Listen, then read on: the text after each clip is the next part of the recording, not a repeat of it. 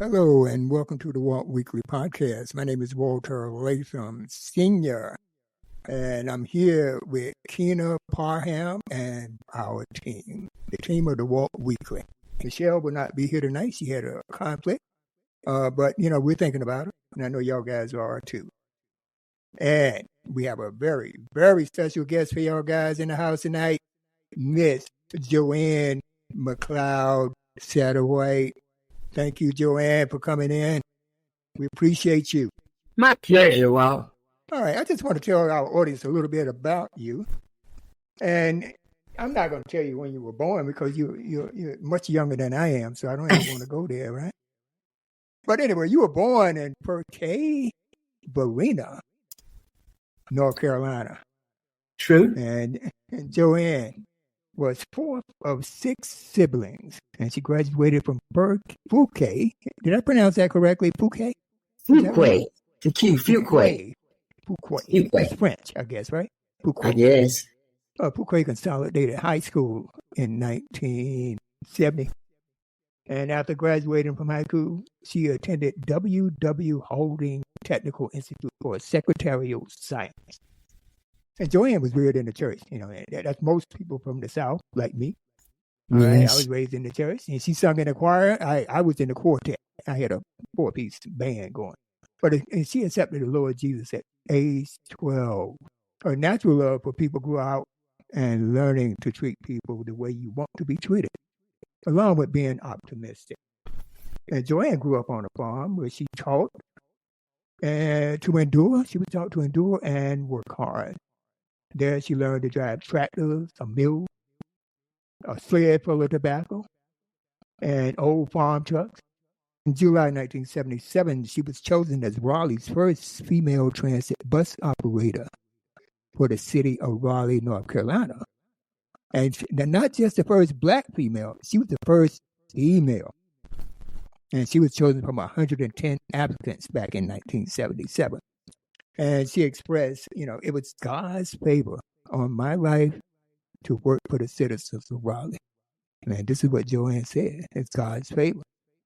And she worked for Capital Area Transit for 35 years and started as a bus driver and later becoming a supervisor with duties of a AM dispatcher, payroll manager, assigned buses, ran routes to other bus operators, answered complaints, and answering phones as needed. Joann was a tremendous asset to that bus company. All right? And I do want to turn it over to Joann before I get too far ahead of her and let her tell us a little bit in more detail about what she's been doing and what she's done, because she's truly a hero. And we were very fortunate to have her during Women's History Month. Joann, tell me a little bit about yourself. Thank you, Walt. I certainly appreciate you inviting me to be your guest. Getting back to when I first started driving the city bus in Raleigh, correctly, I was chosen out of 110 girls, and I was thinking, how in the world could that possibly happen? That's why I figured it had to be God's favor. I mean, there were applicants from New York, Virginia, Maryland, Greensboro, Asheville, Holly Springs, Durham, Apex, all over. And for me to be chosen to be the first female operator, I felt really, really favored. I really did. And when I was hired, I mean, it was a man's world, but the old saying, it's a man's world, but you can't do nothing without a woman or girl in it. So when the city of Raleigh decided to hire a female, I think it was an opportunity, and I think it was time, because most of the men felt like women shouldn't be driving big vehicles like that. They didn't think that we were capable or able to do it. But me, an example, I had to prove them wrong, because some of the drivers said, well, she would last 3 months. I gave her 2 weeks. I gave her 6 months. So I had to prove them wrong. I just had to. My stamina enforced me to stick and stay with that job. It wasn't that easy starting out. They didn't have any women bathroom. The buses were old, and we didn't have but 2 mirrors, so you couldn't see the right side of traffic. You either take a chance, or your top mirror in the aisle of the bus, you had to kind of turn it to the side where you could see traffic. And I tell the ladies now, you are so fortunate. You got mirrors and cameras all over the bus. We didn't have cameras back then. We didn't have no phones to call the police. You had to handle everything on your own. And I've always been the type of person that I felt like I could always handle any situation. I don't think there's nothing too hard that me and Jesus can't handle anyway. So I really didn't have no problems with the public. When I started out on the street, the terminal was Fairview Street Mall, and the terminal was First Citizen Bank. That's where we parked, loaded up the passengers. Now they got the big old North Square where the buses pulls in the aisles and whatever. But when I pulled out for my first trip, there was a man. He said, "You driving this bus?" I said, "Yes, sir." He says, "Well, I'm not going to ride with no woman driving no bus." So the passenger says, "Well, make up your mind. We got to get to work." I was driving the Wake Medical route. We got to get to work. And he says, "Well, I wait on the next bus, and it better be a man." I said, "Yes, it will, because I'm the only one. It'll be a man." So after I finished loading my trip, we went down here, New Bern Avenue to Wake Medical.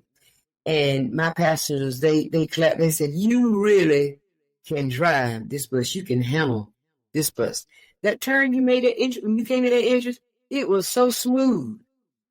So I learned a lot from my passengers too, to take care of them, and they would take care of me. I was thinking when thinking prior to our interview, I think it was yesterday, a couple of days ago, anyway. I was just reviewing your bio and the questions that we have for you.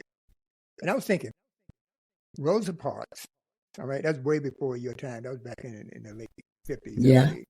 When she had to sit in the back of the bus, right?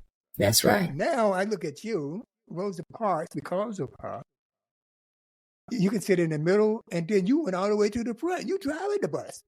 Ironic. How is that? That's advancement there. You know what I'm saying? Yeah, I often think of Rosa Parks. I always say she wouldn't give her seat so that I could take a seat behind the seat of the bus to drive it. Yeah. And and I think Rosa Parks was an outstanding person to do that, because she opened up the doors for everybody, equality. You sit on the bus, you can sit anywhere on the bus now. However you want to sit. Drive the bus. And drive the bus. Yeah. And that was Rosa Parks had the gumption to take that stand, not to give him her seat. You mentioned some of the challenges that you experienced when some of the guys didn't want to get on the bus because they saw you were riding the bus. What were the demographics of your, your patrons at that time? The route that I had was mostly predominantly black passengers.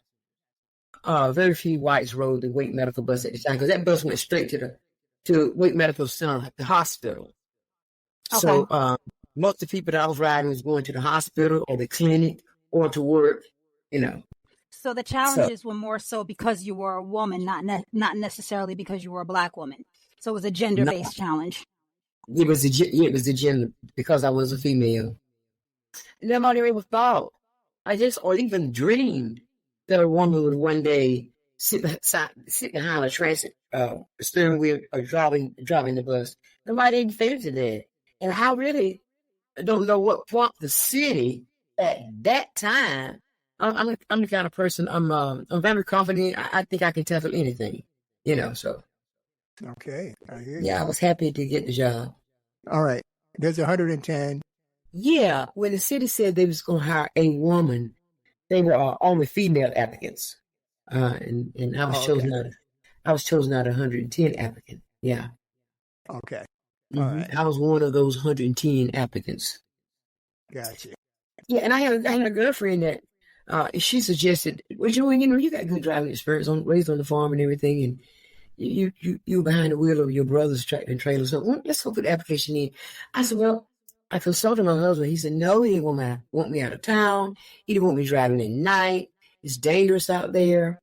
But me, I put the application in anyway. Had no idea I would get it. I mean, when I told him I had the job, he looked at me like, "What?" So you went behind your husband's back without him agreeing. He was floored. He was floored.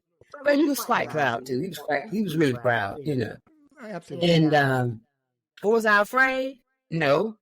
And I worked all shifts. I mean, the charters, we had to be there like 4:00 in the morning and take church groups to the beach and whatever. And it'd be late when I get back. And regular routes now. Some of my family, they rode with me at night sometime. My sister and my son, they all rode with me every now and then. But it was an easy job for me, and I loved it. I wasn't fearful because I love to drive. I love people.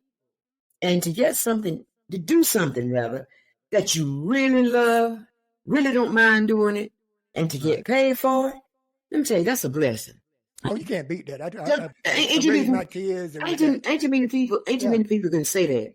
A lot of people, even the men that was there, they're ready to get up, they come in there dragging, and but me, I get up and say my plan, put that uniform on, man. I was ready for the day.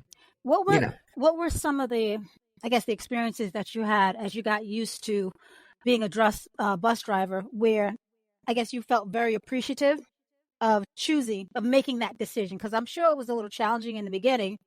May have been a little bit odd. You've kind of faced some issues with people, but at some point, I'm sure you felt like this is home. Yes, I did. Listen, I spoke with my pastor concerning this job, and I had prayed that the Lord would bless me with a job where I can make bigger money. At the time, I was working for child abuse and neglect in the Admiral building on Salisbury Street. Well, it was a nice job. You dressed nice, and handle cases. You did the phone, but it wasn't any money in it. So I talked to my pastor. I told him, Pastor, I prayed for this job. I said, and I kind of want your opinion about it. So I told him, I said, I may have an opportunity to drive the city bus in Raleigh. He said, wow, now that's a big opportunity and a challenge. He said, I understand it's all me. I said, yes, sir, all me. He said, well, you probably going to get some feedback about why you down there with all them men. And I said, Pastor, look, I ain't thinking about that. I'm thinking about this money that I'm going to get. So back then they started you out for like $5.50 an hour, but hey, that was more than I was making at child abuse and neglect services. So when he told me, he said, well, you always been strong and persevering. And he said, I don't see no problem. I said, well, there ain't one problem. And he said, well, you know what? If you were aligned with it, if CP&L was the top electrical company, if CP&L hired you to be a lineman, you wouldn't want to go on the pole with a skirt, would you? I said, no, sir. He said, well, some jobs require pants. He said, I don't feel like it's no problem. He said, I don't feel condemned either. Oh, that was the key word for me. Didn't want me to feel condemned. That was it. And he really topped it off. You all, let me tell you, I was driving that Wake Medical bus, and there was a little lady that sat right across on the right side. She watched me the whole trip, and she got ready to get off the bus, and she says, honey, I see Jesus through your face. I said, what? She said, yeah, you keep doing what you're doing. I said, wait, she said what again? Because I feel like I heard you wrong. She said she could see Jesus through my pants. Okay, I did hear you right. Okay. And that was a turning point for me. Even then my pastor said, it's all right, don't have confidence. I did have the confidence. But when she spoke that to me, I said, how did this woman hear my conversation about these pants with my pants? How did she know this? But God places people right when you need them, when you need them, anytime you need them. And when she told me she saw Jesus through my pants, that was the world to me.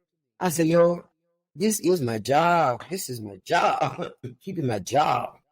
And Mr. Deaton told me, as long as you want this job, it's yours. And when you get in your bus, that's your bus. You in control. And however you see fit for that to work these out, that's you. I had okay, and that's all I needed. I mean, I've had some remarkable things happen to me on the bus. I remember one morning I was driving the Rex hospital bus. This was so so amazing to me. The bus, I emptied all my passengers, and I knew they were all empty. Okay. Well, somewhere behind the stairwell, when I got to the end of the line, when we got on the bus, I cut the lights out, and I decided to sing a little song, and I started out, away. This white man jumped something. Oh, Lord, my mom used to sing that song with me. Can you sing it tonight? I said, son, you're not supposed to be on here. This is an early when he said, I'm glad I stayed. You saw my mom sang that song to me. That song always means something to me. Well, I sound a story because I didn't know about it on the best with me. I was starting. And I told him, I said, well, sir, where you heading? He said, I was going to get off at Rex Hospital. I said, well, I almost doubled back to Rex, and I'll let you out there. And when I went the crowd to pick up the passenger and headed back towards Rex, he got on and he told me, he said, man, you really made my day. You really made my day. I said, well, I'm glad to hear. I said, don't ever stay on the bus like that empty with the driver. I said, you really frightened me. He said, I'm so sorry. I apologize. But I enjoyed that song. Thank you so much. And that really made me feel good. It really did. Yeah, I can imagine. Because I'm here to help. I'm here to serve. I'm a servant, so I love serving. I heard someone say one day, what is life if you can't be what is the purpose or what is the meaning of life if you cannot be of service to others? That's right. And you never know what someone's going through, That's right. Like, it's funny because some people, even like, let's just say you go through the drive-through, right? And the way the person handles you. Yes. It may be a regular day and you didn't even know that you needed that kind of a response from someone. That's right. So I think when you're in service positions like customer service, like driving the bus, where you interact with a lot of different people, you never know how you can change their day. That's right. I was a lawyer, a preacher, a teacher, a doctor. I was everything to my passengers because the regular routes, I knew our passengers and they knew me. A lot of times they wouldn't even have to ask for a transfer because I knew they needed it to get to another bus. I knew all their stops and they thought, just you're not only that you drive, but you're smart. You can remember things. So, it's a servant is here to help someone. And I was always in the field, in the channel to be able to help someone. Today that day. That's something we need. We need more people. Yeah, little young girls on the bus, 13, 14 years old, expecting to become a mom. I would talk to them and, encourage them, So, I mean, even the men, they could talk to me. They said I was the greatest listener. And that's what I was. That's what I was. I was mentioned, but this white gentleman got on my bus and he asked me for $2. And I said, well, sir, if I give you my $2 and you go buy some wine, I'm going to put a prayer that Billy Graham can't even get off you. And he said, oh, no, I want your money. I don't need your money. He said, I want something to eat. And I said, well, I'll be getting off in about 20 minutes. I can take you home and I can feed you. And, of course, I did that. But my husband looked at me like, this woman is always bringing folk and doing folk. But anyway, I fried some fish and some cornbread, made some slaws and fried some potatoes. And he said, and he ate. He said, oh, this is so good, so good. And he said, I said, well, we get ready to go to church. And he said, well, can I go? And I said, well, you've been drinking. And my husband said, well, let him go. So we got to church, and the pastor said, here's Sister Joanne. She's bringing in some more sheep. And he said, this woman here, she was driving the bus, and I asked her for some money to get me something to eat, but she didn't do that. She took me to her house and cooked and fed me. And that's why I'm here tonight here in the church. So when we got ready to close out the service, he said, and this is a great lady. I thank God for her right now. And we got back to my home. He was trying to get a ticket to get to Virginia. So my husband and I walked right around the corner from the Greyhound station. We walked over to the Greyhound station, bought his ticket one way, told him to be blessed in his travel, and maybe we'll see him soon. Well, 5 years later, here come this guy. Nice starched white shirt, nice slacks, nice shoes. He gets on my bus at the corner of Glenwood Avenue and where Snoopy's hot dog is. Glenwood crossed over from Martin. Even when he gets on the bus, and he says, good morning. I said, good morning. So he goes sit down. And about the third stop, he rang the bell. He says, I'm getting off here, miss. And he stands up and he says, y'all, let me tell you, this woman right here is the greatest woman I have ever known in my life. Let me tell you what, she cooked some fish. And when he said, cook some fish, he said some cornbread. I never had the cornbread. He said, but she cooked a good meal and took me to church. And I said, oh, I remember you 5 years. I remember you. You don't want some money to get something to drink. And he says, I knew that's what he wanted. Anyway, he says, you all love this woman. Christmas time is coming up. Make sure y'all bless her with gifts. Just flower her with your love. And I thought, man, in many years I'll never see this man. Anyway, he hands me a white envelope. And he said, this is just for you. I said, I appreciate it. I thought it was a card, So when I got to Rex, I opened it up, and you wouldn't guess how much money was in that envelope. $500. And I thought, fixing you some fish and taking you to church was worth $500.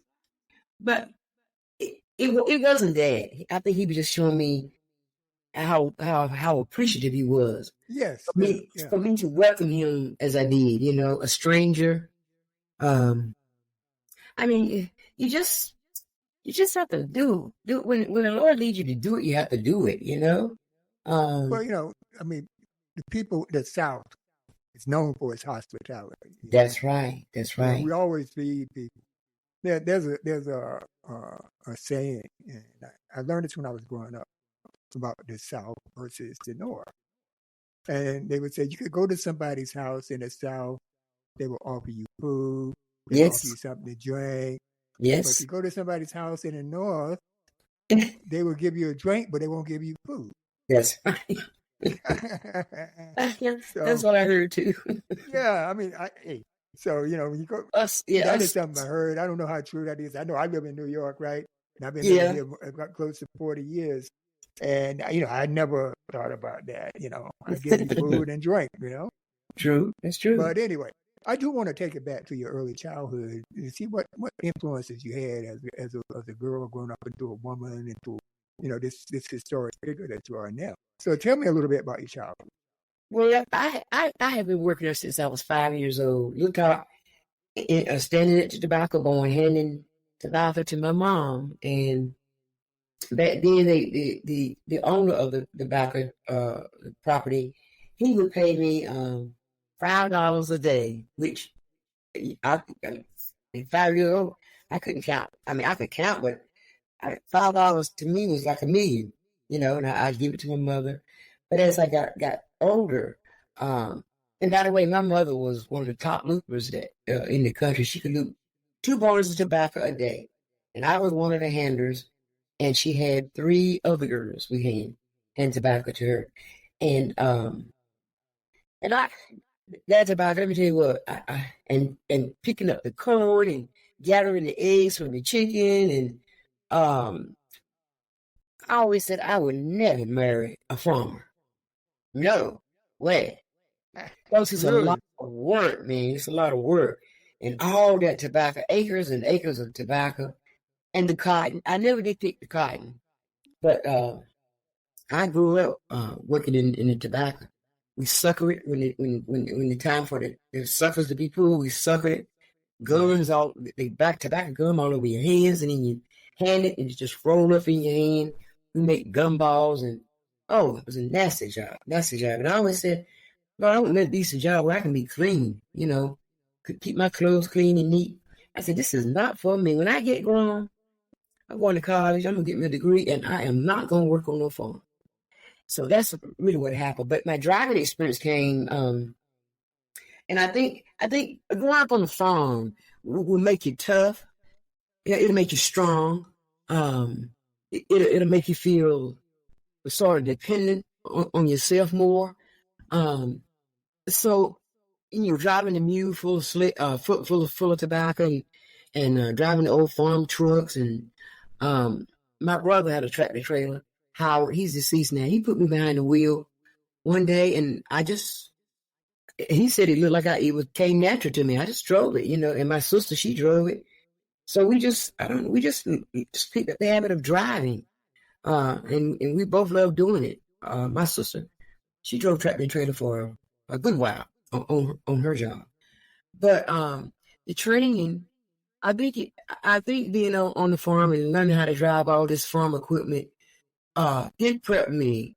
It gave me an advantage, I think, to operate the city bus because it was big, just like the tractor and trailer. And if you ask me how can you drive that bus, I said, well, they don't make no special lanes. It fits in the same lane like a car.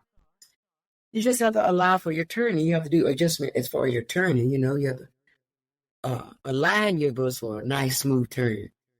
So I learned all that skills when I was young, driving the trucks, and you have to make a nice smooth turn. And my upbringing on the farm, I really think that really coached me into getting into a bigger vehicle, to maneuver a bigger vehicle. And like I said, I didn't choose myself to do it. I was chosen to do it. I was asked to do it. I was thrilled to do it. The guys on the job like John Giles and Cliff Brook, Walter Pettiford, Hack Jones, Lindbergh Chavis. These guys, Moses Stansel, oh man, they pushed me because Mr. Dean had me driving the bus every day, practicing every day. So the guys said, well, Joann, you can drive. You go in there and you tell him you need a paycheck. You're not coming out here to practice on this bus no more. Well, that afternoon when I got in from training on the bus with Mr. Dudley, Dudley was the head dispatcher there, so he took me and the other girl out driving training. So we got that afternoon, and I said, well, maybe the guys are right. Maybe I do need to go in and speak to him and tell him I need a paycheck. I can't afford to come down here every day and practice on his bus and not make any money. So I was getting ready to go to his office, and he was stepping out of his office. He called me, and he says, Joann, I would like to speak to you a second. I said, yes, sir. So I go in there. He said, could you be here in the morning at 4 o'clock? I said, yes, sir. I said, is there something special going on? He said, well, I'm going to hire you, and I want you to be here at 4 o'clock to start a run. I said, okay. I said, well, what about Kathy? Will she be coming also with me? He said, no, she won't be coming in. I said, well, okay, I certainly will be here. So when I left out of his office, I thought, did one of those guys go in Mr. Deaton's office and tell him, she can drive, give her the job? Did one of them mention something like that? Because when I got off, that's exactly what I was going to struck right in and say, Mr. Deaton, I've been practicing driving this bus for almost 2 weeks. And is there any indication you're going to hire me? But, he did. It was surprised he was surprised when I got off work. That's when he said, you want me back there that morning at 4 o'clock? Take her out. I was ready. Bright and early. Ready to go. I was ready to go. So in school, you had 2 weeks of class prior to, becoming full-time? How did that work? Well, the training of the veteran drivers train me. They will take you out on the route, and you learn the left and right turns, and you learn where the bus stops were at. And normally it was maybe 2 months. But what I did, I got in my car and I got the train. They called it the train back then, but it's the paperwork with your route and your times on it. But I got the trains, and I ran every route with my car. So I was able to finish up in less time than anyone. I did my training in right at 2 weeks and a half, when it's normally like a month or a month and a half. I just was ready to do the job. So Did they have performance evaluations back then? I had came by to speak with him and telling them how they were really pleased with the first woman to drive the city bus in Raleigh. Phone calls. He said that there was none. He told me there was none negative. He said they were all positive, and he told me he was glad that he hired me because if he felt like if he had hired anyone else, it wouldn't have worked out as well. You know, he said the citizens of Raleigh really did love me, and he was glad that he chose me out of all the applicants. He was glad because he said he thought it wouldn't turn out as well. So I got a lot of awards for. I was the first female driver of the quarter. I had driven over 1 million miles. That's what I wanted to talk about, Joanne. I want to talk about all these awards that you got. Yeah. The the National Safety Council rated our driving, and they gave me a medal for driving over 1 million miles. And every quarter, I received a pin to go with my uniform. There was one driver, Otis Poole. He was there way before me. He had about 40 pins on his necktie. I mean, they were just lined up. And what do these pins represent again? I know you may have said. Represent your safe driving, your safe driving skills. They represent your safe driving skills. No accidents, no incidents. You know. So you run over anybody or anything like that. That's right. Can't run anybody. That'll knock out the safety award right there. So you had to be careful. You had to be safe. You had to always think safety at all times. Mayor McFarland was the mayor at the time when I started driving. So she gave me a big plaque, and they planted a tree in my name. The mayor in the town where I was living in Garner, he said he couldn't let Raleigh outdo him. I was a citizen there for 30-some years. So he came to my retirement and he gave me a plaque. You had a tree planted too, right? Yeah, I had a tree. It's planted in Worthdale. Yes. What kind of tree was it? Pine or oak or what? You know, Roy, I haven't even visited the site, and you haven't gone to see your tree. I haven't gone to see my tree. I'm sure the birds are enjoying it, but I did get the map to show me exactly where it's planted at. And my sister was mentioning it earlier. She said, "We all need to go to that tree and take a family portrait by that tree." I said, "Yeah, we should." So as soon as the weather warm up, that's what we plan on doing. Yeah, we plan on doing that. You got to send us a picture of that tree. I certainly will. Wait, what year did they plant this tree? 2012. And you have not seen this tree once? I haven't seen it. Been too busy, you know. Because now I drive from North Carolina State University. The Wolf Line does. I also do the safety announcements. What else do I do? To go in service to pick up students. So I've had a busy life. I mean, my plate is just full, you know. If you have grandkids, that would be something that's interesting to let them see. All right. There's nothing like the grandkids seeing, how their mother worked so hard. What you achieved, and, I always say this to my kids, is that, you have to make a difference. And you made a difference. And that's the key. Well, it's not so much being famous and making a difference in your life. Yeah, that's kind of, when you think of the comment when they say, if a tree falls in the forest and no one sees it, did it still fall, right? You have a lot of people that have made valuable contributions to society that, a lot of people know about it and maybe only a few people know about it, but it still doesn't make one contribution greater than the other based off of how far that reach has gone. Right. Absolutely. Yeah, that's right. Yeah. Because you kind of started the domino effect, Luckily enough, your boss hired the right person, because a lot of times when people are trying something new, they kind of have to kind of go through it. You select someone, she doesn't work out. She realizes this isn't her thing. Maybe she's not able to kind of withstand some of the challenges. And then, maybe fourth and a half person, they get the right person, but they struggled with you the first time. So that made their job easier as well. Yeah. I worked 2 years by myself as the only female. Then a girlfriend was hired. She worked 3 months. She said, "Joanne, I can't take it. I don't know how you do it, but I can't do this anymore." So she quit. And then might have been 6 months after she quit, he hired another girl. And she said, Joanne, I can't take it. I can't do it. I don't know how you do it. And she quit. So here I am still by myself. Nobody talked to some female companionship on the job.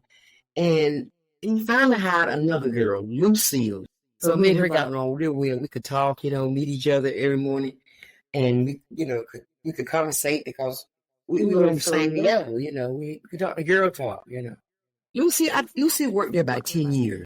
Yeah, I think women are very dependable when it comes to working for transit. So now I was going to ask you, I think that's a segue, or you jumped a little bit. You were thinking what I was thinking, basically. I was going to ask you, what are the opportunities for women out there, in transit now, in transportation? Oh, the opportunity is great. The men seem like they respect you more than when I was hired. The men respect you more, and they're more helpful now. They know your bus. Sometimes they start it for you, or they're very more helpful now than they were back when I started in 1977. I mean, they seem like they appreciate the women more in the transit field than when I was hired. I had some drivers that really encouraged me, but then there were some that didn't like the idea of me coming into the workforce. We got to change our language. We got to button up our jacket and zip up our pants. And I told myself, well, you should be doing that anyway. You should be respecting one another anyway. You shouldn't just come on the job with your shirt tail hanging all out, your shoes untied. You should be ready to go to work professionally, go to work. So, but it has really changed today. The men accept the women more, and they're more respectful to them. That's the big change. It's a big change. Okay.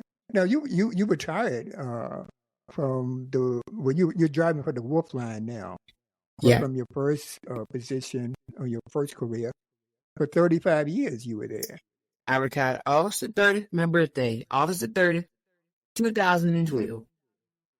Wow. I did some traveling out for that, a year. And then I got back, I got bored. And I thought, well, God, I've been working all my life. What am I going to do with my life? And one of the Wolf Line drivers that I was his supervisor at Cat Bus, he said, but Joann, they always hiring people to drive the Wolf Line. So I went down and put my application in, and the manager, she said, oh, we saw you on TV, and anybody worth a job 35 years, that's stability. We need you. And, so I took the run test and started work that same day. So cool. And then after 35 years, you could have retired, but you're not retired. What are you I'm doing not now? retired. I've been with Wolf Line, not going to say University of Wolf Line now.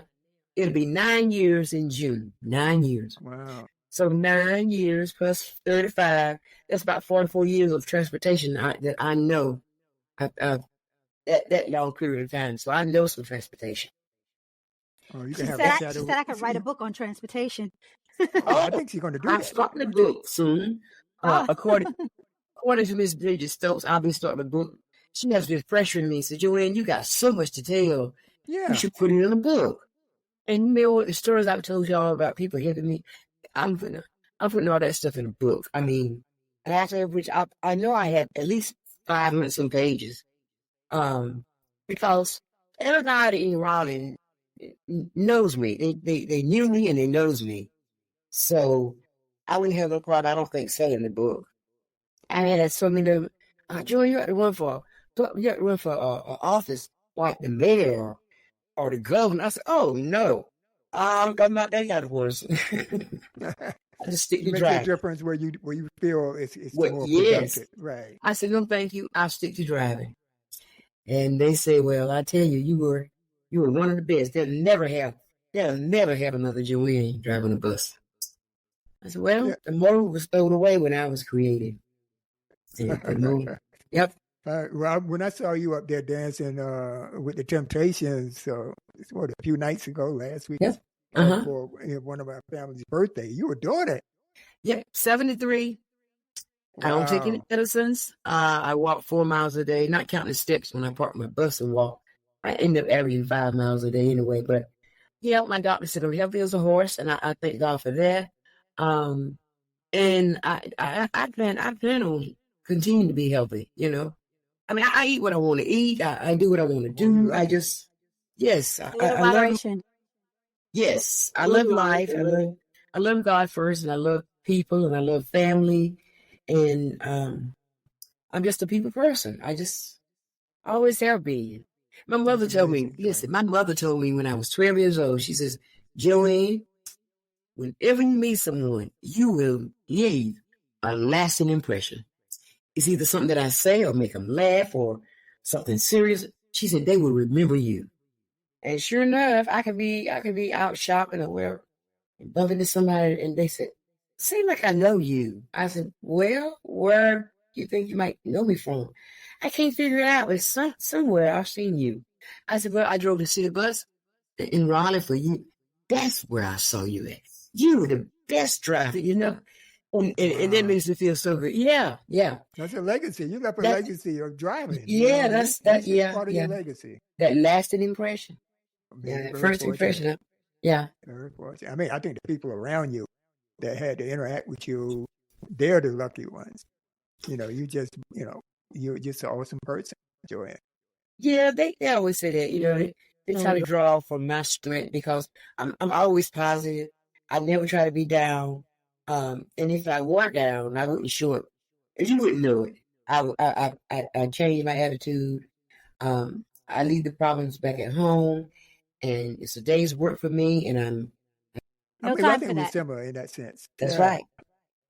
I mean, any negative situation, I could always look at a positive. Somewhere there's a positive in there somewhere. That's right. No matter what comes, you can turn it into a positive situation. It's up to you. It's up to the person, you know. Somebody sits on your bus and you say good morning, they don't speak back. And I always say, well, they had the earplugs in their ear, they didn't hear me. And some says they heard you. They just ignorant, you know, they just don't care. Well, didn't bother me. I done what I was supposed to do. If I stood before God, he would say, well done, daughter. You spoke to everybody that entered into your bus. Now, the ones that didn't speak back, they're the ones I want to talk to. But that at the same time, you never know what someone's going through. Sometimes someone could be getting on the bus and they're so caught up in whatever they're going through that they may not have heard you or may not have had the consonants to respond. And don't forget your personal items. Everybody, thank you. We appreciate that. We like the way you did that. Thank you so much. Some of the ones that had the earplugs in the ear, in the store, and then they say, thank you so much. Thank you. You have a great day too. And, you know, so I think most time they do hear you, but you do have people that's tuned out, you know, and that's just them. You know, it's just them. And everybody's different, you know. Yeah. That's true. We're all God's children, but everybody's different. It wouldn't be any fun if everybody was the same, right? That's the truth. That's what makes it different. Yeah. You're right. Yep. There you go. It takes all kinds to make a world. Absolutely. So, Joanne, as we inch towards the end of our interview with you, is there anything that you would like to share? You shared a lot already, you know, in the show right now. Is there anything else you would like to share with our audience? So we got a global audience. You know, it could be somebody in Vietnam listening to this. Oh, wow. My last statement I would like to share would be, if the Lord were to see fit to call me home, you don't have to mention that I was the first female operator to drive the city bus in Raleigh, chosen out of 110 female. You don't have to say that. Just tell the world, Joanne tried to treat everybody right, and Joanne tried to love everybody. That's good enough for me. Amen. I end that. Amen. That's important. That's important. All right. But I want to thank everybody for I enjoyed it as well. Us. I mean, we're honored to have you. And hey, when you start writing that book, are you come back and give us an update on how that's coming along? There you go. Yeah. All right. That sounds good, Joanne.